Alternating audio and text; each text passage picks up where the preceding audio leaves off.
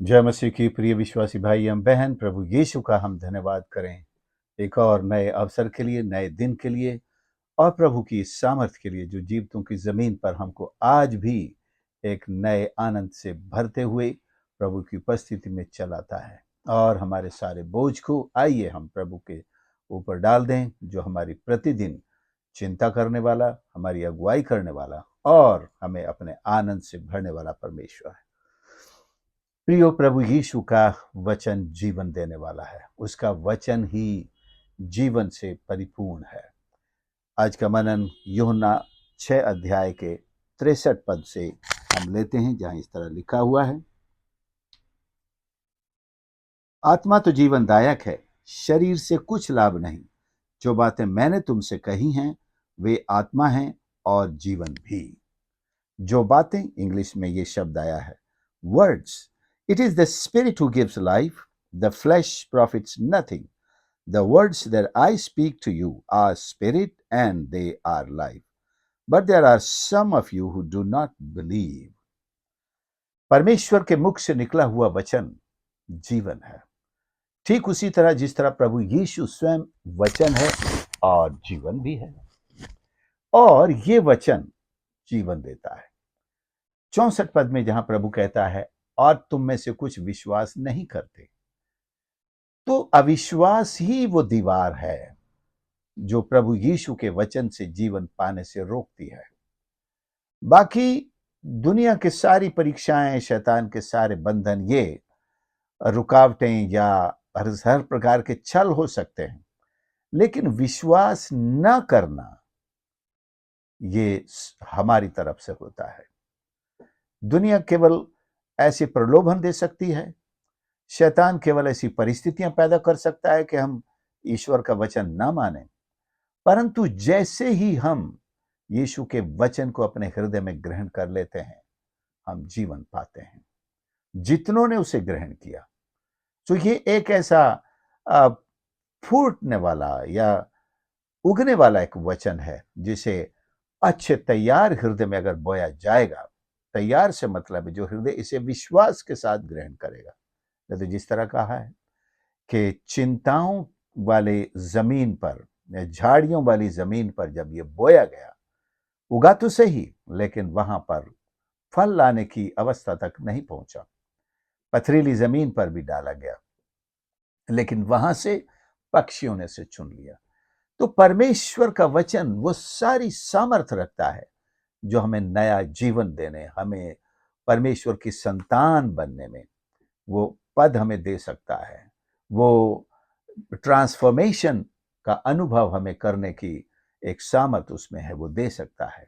और यदि हम ईश्वर के वचन को सुने तो सही, भले सुने, लेकिन उसे अपने हृदय में जड़ नहीं पकड़ने देंगे, तो हम लाभ नहीं प्राप्त कर सकते। इसलिए प्रभु का वचन जीवनदायक है। जीवन परिवर्तन इसी वचन से होता है। हमें, हमारे आत्मा के लिए रोटी यही वचन है, और परमेश्वर की स्तुति आराधना करने के लिए यही वचन, गीत और संगीत और भक्ति में हमारी भक्ति का आधार यही वचन है। हमारी चंगाई इसी वचन के अंदर है। परमेश्वर की आवाज सुनना इसी वचन के द्वारा है। तो इसलिए प्रभु यीशु ने अपने वचन को यह महत्व दिया है कि आपने अगर प्रभु यीशु के वचन को सुना है और उसे अपने हृदय में जगह दी है, केवल सुनना काफी नहीं है, विश्वास के द्वारा उसे हृदय में जड़ पकड़ने देना है, उसे फल लाने देना है। हमारे जीवन से जो वो दिखाई देंगे, फल दिखाई देते हैं, जैसे एक पेड़ पर फल दिखाई देते हैं, एक मसीही के जीवन में फल दिखाई देते हैं। इसका मतलब है कि आपने ईश्वर का वचन सुना और उसे जड़ पकड़ने दिया और उसे फल लाने की उस अवस्था तक आपने काम करने दिया। इसका मतलब ये भी है कि आपने अपने ही जीवन से वो सारी रुकावटें दूर कर दी हैं जो उस बीज को उगने से लेकर फल लाने तक रोकती थी। आपने सबको अपने जीवन से दूर किया है। तो वो है एक डेडिकेशन, जो संपूर्ण डेडिकेशन है, वो परमेश्वर को आपने किया है कि अब से आपके और मेरे बीच में ऐसी कोई बात नहीं रहेगी जो मुझे एक सच्चा मसीही बनने से और आपके गुणों को प्रकट करने से। फलों का मतलब यह है कि हम मसीह के गुणों को अपने जीवन से प्रकट करें। ऐसा नहीं कि हमने कोई केले जैसा, सेब जैसा, संतरे जैसे फल हमारे चारों तरफ उगे हुए हैं, लटके हुए हैं दुनिया, हाँ भाई ये आदमी तो मसीह फलों से लदा हुआ है। या हम बाजार से खरीद कर कुछ फल धागे से सिल कर अपने चारों तरफ बांध लें, लटका लें, आदमी फलों से भरा हुआ है। आपका कैरेक्टर, आपकी भाषा, आपका स्वभाव, मेरा भी, हमारा स्वभाव इस तरह से उन फलों को प्रकट करेगा। लोग देख सकेंगे, जब हमारे संपर्क में आएंगे तो वो देख सकेंगे, महसूस कर सकेंगे। और यहां तक कि उन फलों का जो, जैसे फल खरीद के लोग खाते हैं, उसका आनंद प्राप्त करते हैं, तो हमारे संपर्क में आने से, हमारे साथ दोस्ती और हमारे साथ अच्छा अपनी संगति रखने से ये फल उनके जीवन में अपना स्वाद देने लगते हैं और उसका परिणाम हम भी देखते हैं। तो प्रभु यीशु के वचन को जितना अधिक से अधिक हम अपने जीवन में फलने देंगे, काम करने देंगे, उसकी आज्ञाओं का पालन करेंगे, जैसा वो लिखा है, हमने पढ़ा है, समझा है, उसको वैसा हम अपने जीवन से डेमोन्स्ट्रेट करेंगे। और ये एक डिमांड है मसीही के जीवन से बाहर वालों के लिए। दुनिया हमें एक सच्चे मसीह के रूप में देखना चाहती है। तो हम किस तरह प्रकट होंगे, किस तरह दिखाएंगे? क्या हमको बाइबल का एक ट्रैक पकड़ा कर कहेंगे हाँ ये पढ़िए, मेरे बारे में ये पढ़िए, या कोई आत्मकथा एक लिख करके हम उनको पकड़ा दें, ये मेरे बारे में पढ़िए? No, it's a practical life and people have the right to see us. उनके पास हमें एक सच्चे मसीह के रूप में फलों को न सिर्फ दिखाते हुए बल्कि उनके साथ बांटते हुए ये देने का अधिकार है। और उनके पास अधिकार है कि वो हमसे आत्मा के उन फलों को हासिल करें। क्या है? प्रेम। आत्मा का फल प्रेम है। उनका अधिकार है वो हमारे जीवन से प्रेम की आशा करें और हमारे जीवन से परमेश्वर का प्रेम बांटें, हम उनके साथ बांटें। और वो चाहते हैं, क्योंकि सारे जगत से परमेश्वर ने प्रेम किया है, तो हमारे द्वारा भी परमेश्वर उन तक प्रेम बांटता है। केवल अपना वचन नहीं बांटता है, उस वचन से होकर प्रेम बांटता है, उस वचन में से होकर जीवन बांटता है, उस वचन में से होकर चंगाई बांटता है, उसी वचन में से होकर वह स्वर्ग की सारी आशीषें, अनंत जीवन और खुशियां बांटता है। तो आपका और मेरा जीवन एक ऐसे फल के समान है जिसमें से अनेक प्रकार के ये स्वाद, उसमें से लोगों का अधिकार है कि वो बांट कर खाएं।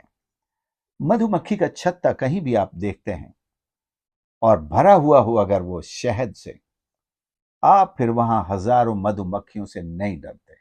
कुछ भी उपाय करेंगे, मक्खियों को उड़ाएंगे, वहां से हटाएंगे और पूरा का पूरा शहद निकाल कर घर ले जाएंगे, खाएंगे, कहेंगे असली शहद मिला है मुझको, ये बाजार का नहीं है, नकली वाला, मिलावट वाला, शक्कर वाला, ये गुड़ वाला। असली शहद है। आप और मैं परमेश्वर के असली शहद हैं, असली फल हैं, असली जीवन है।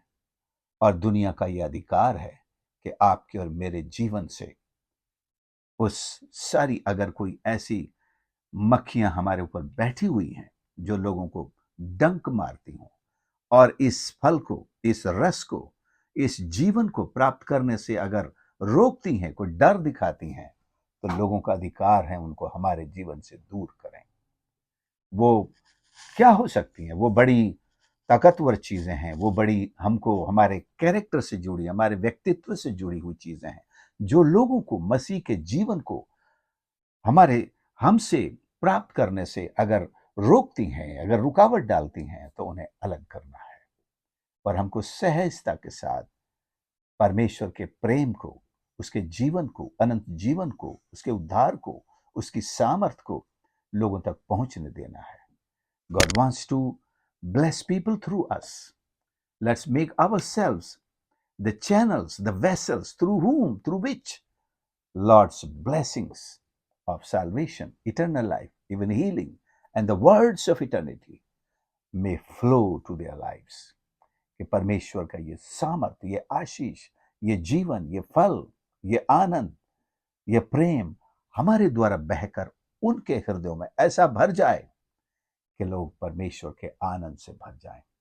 क्या आप ऐसा जीवन जीते हैं? क्या मैं ऐसा जीवन जीता हूं? हमें अपने जीवन पर एक नजर डालनी चाहिए। पेड़ का फल पर कोई अधिकार नहीं है, केवल उसे पकाना, केवल उसे एक बेस्ट फल बनाना ही उसका कार्य है, उसकी सेवा, उसका अधिकार है। उसके उपभोग पर पेड़ का अधिकार नहीं, पेड़ फल नहीं खाएगा। आप और मैं परमेश्वर के जो भी हमें दान और वरदान मिले हैं, इन पर इस संसार का हक है। और वो किस तरीके से लेते हैं?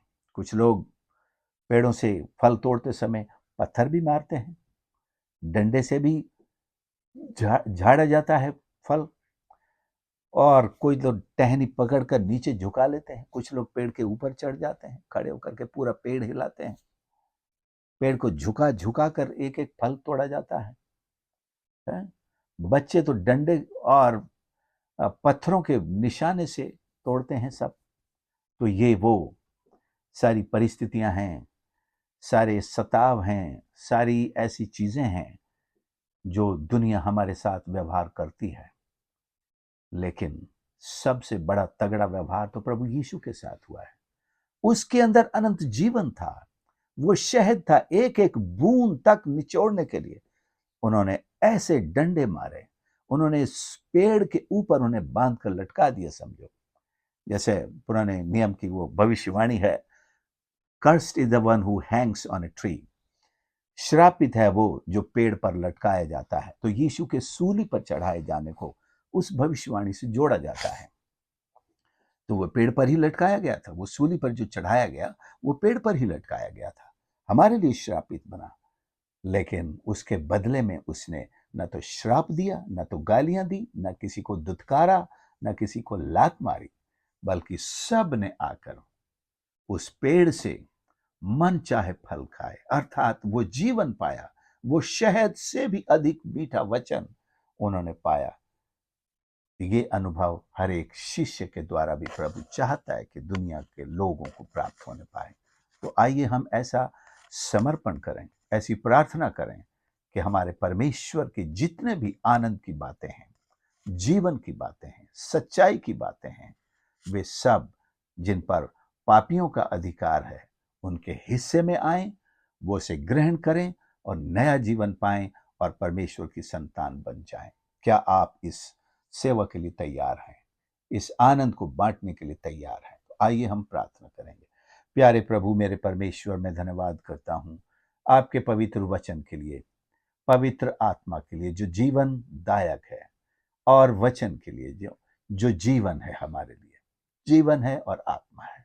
हम प्रार्थना करते हैं परमेश्वर के हम में से हर एक जो सुन रहे हैं, सबका जीवन आत्मा के फलों से भर जाए, जिस पर सारे पापियों का अधिकार है कि वे इन फलों के द्वारा, इन वचनों के द्वारा जीवन पाएं, अनंत जीवन, बहुतायत के जीवन और आत्मा की भरपूरी पा सकें परमेश्वर, ताकि आपके राज्य में प्रवेश करें, उद्धार पाकर प्रभु आपकी महिमा कर सकें। हर एक सुनने वाले को आशीष कर प्रभु जी हम सबके साथ हो। आज का दिन आपकी उपस्थिति, आपकी अगुवाई, आपकी सुरक्षा और आपके आनंद से भरा होने पाए प्रभु जी। सबको अपने कार्यों में सफलता दे, और यदि कोई कमजोर, बीमार और दुर्बल है, किसी प्रकार की निराशा में है, प्रभु अपने हाथ बढ़ाकर उन्हें स्पर्श कीजिए, चंगाई दीजिए, बल दीजिए परमेश्वर, हिम्मत दीजिए और हर एक समस्या का समाधान प्रभु यीशु के नाम से प्रदान कीजिए। सबकी सहायता कर प्रार्थना उद्धार करता प्रभु यीशु के नाम से मांगते हैं, आमीन। प्रभु आप सबको आशीष करे। आपने संदेश को सुना, जरूर दूसरों के साथ भी शेयर करें, और इस चैनल को यदि आज तक सब्सक्राइब नहीं किया है तो प्लीज सब्सक्राइब भी कर लें, और आपके लाइक्स और कमेंट्स का हमें प्रतीक्षा रहती है। हमें उन्हें पढ़ने से हमें प्रेरणा मिलती है। हम और आपके लिए योजना में अपनी शामिल करते हैं और आपके लिए प्रार्थना करें। प्रभु आप सबके साथ हो, और इस सेवकाई के लिए भी जरूर प्रार्थना करते रहें। God bless you.